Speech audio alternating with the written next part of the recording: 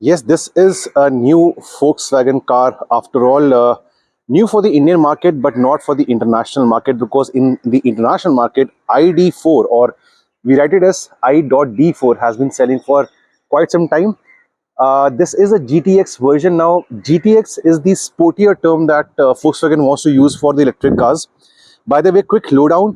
We have the ID3, ID4, ID5, and ID6 in the in the international market. The ID7 breaks covered today, shortly in a while, and this is the ID4 version, which has been on test in the on Indian roads for quite some time. Will Volkswagen get this to India? Well, difficult to say. We are in Kochi for their annual brand conference, and tomorrow they might reveal some plans. I'm assuming some plans for the EV segment. So yes, internationally we have the ID3, 4, 5, 6.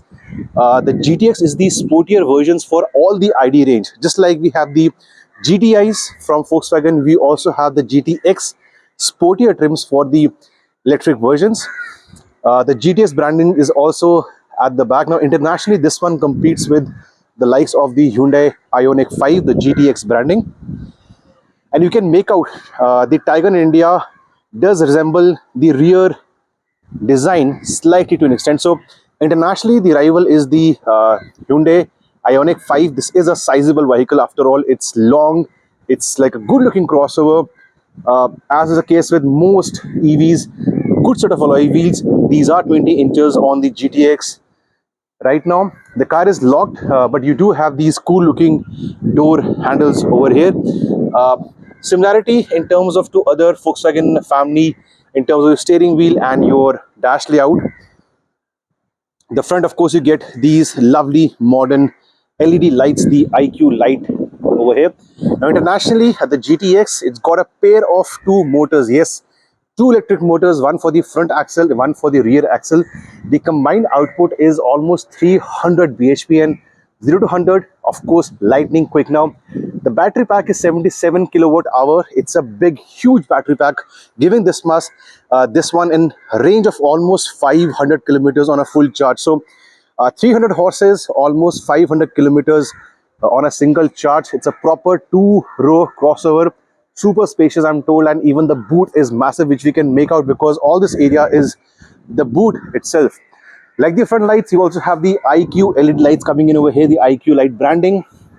I'm sure it looks super cool once it gets dark. The sloping rear roof, very good, very essential to give a crossover, sexy design theme to our vehicle.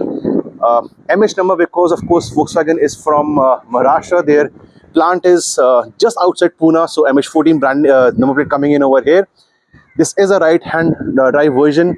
The test mules have been spotted numerous times. A view of the rear of the ID4. So test mules have been spotted numerous times, and if Volkswagen gets this to India, well, it's going to play in the space between the Hyundai Ioniq 5 and of course the Kia EV6. In terms of pricing, it will be slotted between both those Korean EVs, and of course CBU, completely built unit, not to be made or assembled in India. CBU will be the form that Volkswagen will look at getting the ID4 to India. So somewhere around the 50-60 lakh could be the pricing for this vehicle.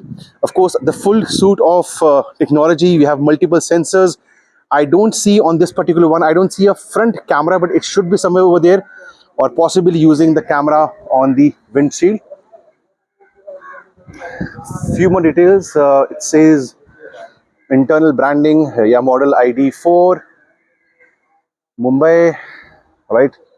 Nothing much I can tell you now because the car is closed, doors are closed. The HUD comes in over here, pretty dark, so sorry for this. So yeah, I.D4, that's how you write it, ID4 EV. Looks wow in terms of the design, red and black finish with the lovely, gorgeous alloy wheels.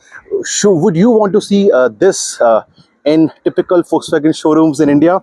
Well, let us know in the comment section below. For now, signing off from Kochi with the beautiful ID4 GTX.